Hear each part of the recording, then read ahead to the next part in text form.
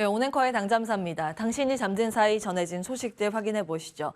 간밤 미증시가 모처럼 만에 강한 상승세를 보였습니다. 3대 지수 일제히 1.5% 안팎의 강세를 시현했습니다. 두 가지 포인트였는데 두 가지 포인트 모두 소비자의 힘을 확인했다는 내용으로 귀결됩니다. 첫 번째, 소비자 신뢰지수의 급등. 두 번째, 소비 관련 기업의 어닝 서프라이즈입니다. 이건 어제 말씀을 드렸죠. 나이키와 페덱스의 호실적인데요. 시간 외 거래의 흐름을 정규장에 그대로 이제 반영을 했다고 보시면 되겠습니다. 나이키가 12%의 급등세, 페덱스가 3.5%가량의 강세 흐름을 보였습니다. 하나하나 좀 볼 텐데 사실 나이키는 전 세계의 매장을 가지고 있죠. 그렇기 때문에 소비의 가늠자 역할을 하기도 합니다. 이번에 예상보다 실적이 한 30% 웃돈 내용으로 발표를 했습니다. 물론 이제 매출 전망 상향이 이제 주목을 받았지만 재고 문제가 맞닥뜨려 있는 상황입니다. 근데 여기에 대한 개선 방안을 발표하면서 시장에서 호평을 이끌어내고 있는 상황이고요. 페덱스가 굉장히 중요합니다. 한편으로 이제 상징성을 가지고 있기도 한데 예전에 9월에 이제 말씀을 드렸습니다. 경기의 바로미터는 물류인데 그 물류의 대표적인 기업이 페덱스라는 점. 그런데 이때부터 시장이 쇼크를 받았는데 그 이면에는 페덱스가 던진 공포감이라는 점을 말씀드렸죠. 그때 이제 CNBC와의 인터뷰에서 페덱스 CEO가 전 세계의 경기 침체가 올 것이라고 이야기했습니다. 자신들의 이 데이터를 봤을 때, 예측치를 봤을 때 그렇다는 이야기를 했습니다. 시장이 소비가 잘 안 되고 어떠한 그 물류가 잘 안 돈다는 건 또 다른 경기 침체의 신호로 볼 수 있기 때문인데요. 그래서 탄광 속의 카나리아 역할을 해왔습니다. 이 카나리아가 울었던 거죠. 그 당시에 주가의 반응, 다우 운송지수가 5%의 급락세를 시현했습니다. 이 다우 운송지수는 철도, 항공, 물류 등이 다 포함이 돼 있어서 20세기 초에 경기 주기 변화의 선행지표격의 역할을 크게 했다는 점 말씀을 드렸는데 이 부분이 흔들리자 운송지수뿐만이 아니라 시장 전체적으로 그러면 이제 경기 침체를 대비해야 하는 건 아닌가라는 우려감으로 확산됐고 확실히 이 이후부터 시장이 꺾이기 시작했습니다. 그런데 이 페덱스가 실적 나름 괜찮다. 그리고 앞으로 이 가이던스 제시 목표도 생각보다 괜찮다. 그러면 우려감을 조금 덜 수 있지 않을까라는 관점이 한 가지 큰 포인트였습니다. 옅어진 경기 침체 우려, 여기에 힘을 더했던 건 경제 지표였는데요. 컨퍼런스 보드에서 발표한 12월 소비자 신뢰지수 8개월 만에 최고치를 썼고요. 12개월 기대 인플레이션은 9월 이후 최저치입니다. 물가는 앞으로 떨어질 거라는 기대감, 그리고 소비자의 신뢰는 더 늘어날 것이라는 기대감, 아주 좋은 조합이죠. 여기에 나이키도 살펴보도록 하겠습니다. 나이키의 영향으로 인해서 소비 관련주들이 일제히 기립 상승을 했습니다. 의류주의 상승세 쭉 한번 보시면 되겠고요. 의류주뿐만이 아니라 이 액세서리 판매하는 소매업체 그리고 신발 관련주들의 급등세를 이끌어내는 모습이었습니다. 뿐만이 아니라 옷도 잘 팔리고 신발도 잘 팔리면 전자기기, 가전기기도 잘 팔리겠지라는 이 논리로 애플의 상승세도 이날 두드러졌고요. 중국 쪽의 매출 증가 기대감 분석이 나왔습니다. 또한 이 가전제품에 다 들어가는 게 결국 반도체이지 않습니까? 이 산업의 선행지표격을 가지고 있는 쪽이 반도체입니다. 이 관련 기대감으로 인해서 필라델피아 반도체 지수가 2% 이상의 강세입니다. 특히 이제 번스타인에서 반도체 탑픽으로 몇 개 기업을 제시했는데요. 거기에 포함되는 게 AMD, 엔비디아, 퀄컴. 그래서 이들 종목 중심으로 저가 매수세가 뚜렷하게 나타났습니다. 자, 마이크론 실적 발표가 조금 전에 나왔죠. 내용들 보겠습니다.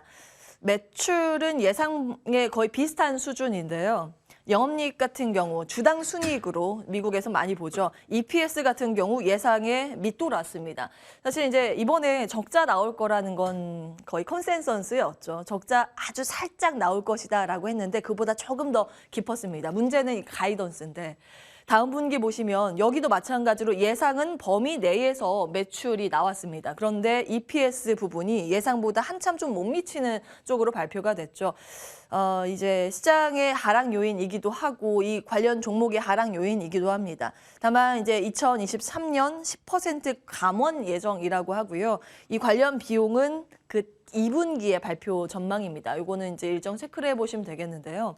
시간 외거래에서 여기 나오지 않은 2% 정도의 약세 흐름을 보이고 있습니다. 실적에 대한 이제 우려감이 시간 외거래 주가에 반영이 되고 있다라고 보시면 되겠는데요. 그럼에도 불구하고 월가의 시각은 나쁘지 않을 것이다. 투자의 관점에서는 괜찮을 것이다. 라고 이야기를 하고 있습니다. 그 이유는 반도체 특히 마이크론이 가지고 있는 선행성이기 때문인데요. 이번에 마이크론 CEO가 이런 이야기를 같이 했습니다. 이번 침체기가 지나면 강력한 실적이 나올 것이다. 상승 사이클이 강력하게 나올 것이라고 이야기를 했습니다. 물론 이제 시점이 문제죠. 내년 하반기에 고객 재고가 어느 정도 감소하면 그 이후에 상승 사이클을 논하고 있습니다. 국내에서 관련해서 반도체 이야기를 좀 이어가 볼까 합니다. 삼성증권에서 벌써 반도체 바닥이라는 제목의 레포트를 냈는데요. 그 대략적인 내용을 3가지로 정리를 해봤습니다.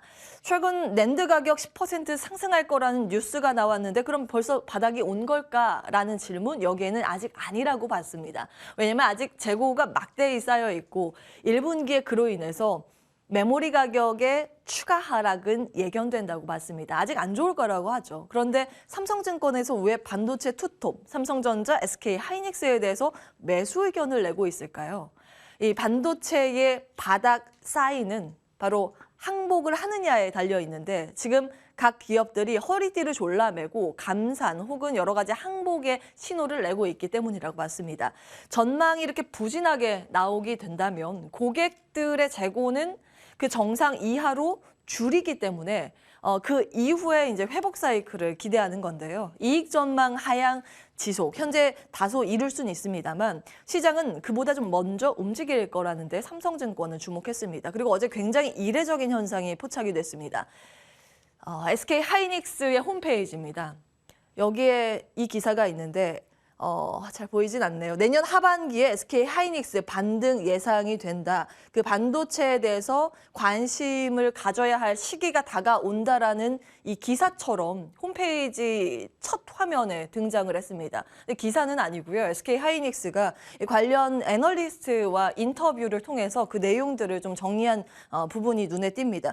이 사파이어 래피즈 출시로 인해서 DDR5 수요가 촉진, 그것이 이제 반도체 투자의 신호탄이 될 거라고 김영건 애널리스트가 이야기를 했다라는 내용을 쭉 이야기를 했더라고요. 메모리 반도체 시장의 규모 추이가 나와 있습니다. 보시면 계속 이제 안 좋은 사이클, 하락 사이클에 여전히 우리는 직면해 있습니다. 이것은 내년 1분기, 2분기까지 점쳐지고 있는데요. 이것을 이제 바닥을 기점으로 해서 그 이후에는 회복 사이클 혹은 상승 사이클 전망이 나오고 있습니다. 그런데 한 가지 변수는 좀 체크를 해보셔야겠습니다. 이 내용도 그렇고요. 최근 각종 월가, 우리나라 증권가 마찬가지로 반도체에 대해서 투자 의견을 내고 있는 건 큰 틀에서 사파이어 래피즈 이야기입니다. 기승전 사파이어 래피즈인데 인텔의 새 반도체 쪽이죠. 여기에 이제 DDR5에 최적화되어 있기 때문에 DDR4에서 DDR5의 교체 수요가 폭증하게 됩니다. 그 계기로 이제 앞으로 반도체의 수요도 늘어날 것이라는 이런 기대감인데요. 사실 이제 메모리 반도체 보시는 분들은 이 일정을 체크해 보셔야겠습니다. 이 말은 뒤집어 보면 출시 전까지는 힘들다는 이야기입니다. 지금 인텔에서 이 사파이어 래피즈 출시에 대해서 계속 지연을 시키고 있습니다. 지금 마지막으로 공지한 내용은 한 내년 1분기 정도 출시 전망인데 이게 지연되는지 여부는 계속 좀 체크를 해보셔야겠습니다. 전반적인 이제 맥락 반도체를 말씀을 드렸습니다. 지금은 어렵지만 앞으로의 회복 사이클에 대한 기대감. 그런데 이 정반대의 논리가 최근 나타나고 있는 쪽에 있어서 그 내용도 정리를 해볼까 합니다. 바로 2차 전지 쪽인데 궁극적으로 이 주가는 어디까지 오를 수 있을까에 대한 고민을 NH투자증권에서 했습니다. 그 내용을 좀 정리해봤는데요. 지금 2차 전지는 개화기입니다. 성장의 그 앞쪽에 위치해 있죠. 그런데 성장이 끝나고 성숙한 기간, 이 100% 침투율을 나타냈을 때를 기점으로 해서 어느 정도의 멀티플을 우리가 줄 수 있을까에 대한 고민을 좀 했더라고요. 성장이 멈춘 다른 기업의 5년 평균 PER은 무엇인가? 이제 비교군으로 스마트폰 부품, 자동차 부품을 이야기하고 있는데요. PER 11배 정도 나오고 있습니다. 있습니다. 그리고 국내 셀 3사의 합산 점유율을 보시면 현재 LG 에너지 솔루션 14%, SK온 6%, 삼성 SDI가 5%입니다. 그런데 앞으로 북미 시장 개화와 함께 점유율이 우리 셀 3사가 가지고 갈 포지션이 한 30에서 35% 전망이 나오고 있는데 이 두 가지를 가정해서 현재와 한번 비교를 해보실까요? 점유율 30에서 35%, 목표 PER 10에서 12배 정도 가정을 했을 때 국내 셀 3사의 합산 시총은 241조에서 338조 원으로 예상이 됩니다. NH의 가정이고요. 그럼 현재 시총은 얼마일까 궁금해서 따져봤습니다. 합산을 해보면 195조 원 정도가 됩니다. 200조 원 가까이가 되죠. 지금은 산업의 성장기, 앞으로 성숙기의 시점에 대한 이제 시나리오 가정을 했을 때 격차가 그렇게 크지는 않습니다. 그래서 여기에서 얼마나 더 우리는 멀티플을 프리미엄을 줄 수 있을까에 대한 고민을 엿볼 수가 있고요. 최근 관련 기업들의 이 밸류 조정 국면에서 선반영에 대한 이야기가 굉장히 많습니다. 그 시나리오를 엿볼 수 있는 내용입니다. 이게 이제 맞고 틀리고의 논리라기보다는 지금 시장이 이런 부분들을 고민하고 있다라는 정도, 그래서 더 강력한 모멘텀 그리고 변화의 강력한 호재거리를 찾고 있고 그것에 목말라 하고 있다라는 점 정도는 살펴보실 수 있습니다.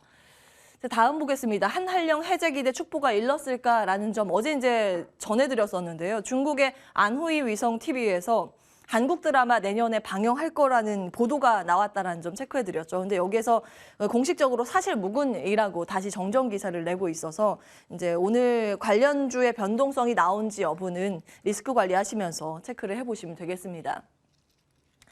이제 부동산 규제 완화책이 어제 발표됐습니다. 2023 경제정책 방향 내에 이제 포함되어 있는 내용인데요. 이제 어느 정도의 규모를 푸는지 쭉 보시면 되겠고요. 아무래도 이제 경착륙에 대한 우려감 때문에 그것을 막게 하기 위해서 속도 조절에 총력을 기울이겠다는 정부의 의지를 확인할 수 있었습니다. 네, 이런 부분들은 앞으로 이제 필연적으로 따라 붙을 수 있을 내용이라는 점은 10월부터 좀 체크해드리고 있습니다. 부동산 경기 우려가 계속 대두되고 있습니다. 그것은 중국도 우리나라도 마찬가지의 흐름인데요. 그렇기 때문에 중국은 부양 정책을 하나둘씩 꺼낼 수밖에 없고 우리나라도 부양으로 선회할 가능성이 있다라는 점 체크해드렸습니다. 이것들이 이제 시나리오상 하나둘씩 이제 나오고 있는 국면이고요. 관련해서 볼만한 기업들 건설기계 섹터를 말씀드렸습니다. 호실적 부분이랑 같이 좀 체크해드렸는데요. 그 이후에 좀 상승세가 거세게 나오고 있습니다. 이후에 어느 정도의 여력이 있는지는 이제 계속 이제 펀더멘탈 상황, 실적 상황을 체크해 보셔야겠고요. 여기에도 11월 28일 내용인데 최근 들어서 이제 위험 자산 회피 심리가 크게 대두되고 있습니다. 이 지수 상황으로 봤을 때 그러면 위험 자산에서 맞은편에 있는 방어주 전략은 어떨까라는 개념, 미국 52주 신고가 종목도 한국의 52주 신고가 종목도 이런 방어주 혹은 실적주 위주로 압축적으로 나타나고 있다라는 점 흐름들 체크해드렸습니다. 여기에 건설 기계가 들어가는 거고요. 그리고 제약바이오가 포함이 되고 음식료가 또 방어주의 성격으로 포함됩니다. 그 당시에 보여드린 주가 52주 신고가는 오리온이었는데 어제 다시 신고가를 경신을 하는 모습이고 음식료 섹터의 움직임이 좀 독특하고 주목도도 컸기 때문에 한번 쭉 더 살펴보시면 되겠습니다. 음식료의 키워드는 방어주 그 전에 말씀을 드렸지만 최근 들어서 실적에 대한 개선 기대감이 더 커지고 있다는 점, 추가되고 있는 변수라는 점 체크해드리고요. 8월 8일 담점사의 화면 내용입니다. DB금융투자에서 10년 만에 음식료 강세장이 올 수 있다라는 그 논리, 논리를 한번 체크해 보시면 세계 식량 가격 지수가 전쟁의 영향으로 폭발적으로 늘었다가 최근 꺾이고 있는 흐름을 말씀드렸습니다. 최근 이제 작황이 이 부근에서 좀 좋다는 이야기가 나오고 있고요. 그에 앞서서 이미 라면 가격 인상을 단행했고 곡물 가격 상승을 할 때 이 핑계를 대면서 가격을 인상했지만 이 꺾이고 나서는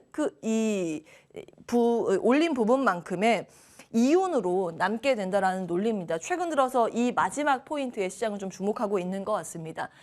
자, 이제 자리 옮겨서 구체적인 관련 투자 전략들 세워보도록 하겠습니다. 온앵커의 당잠사였습니다.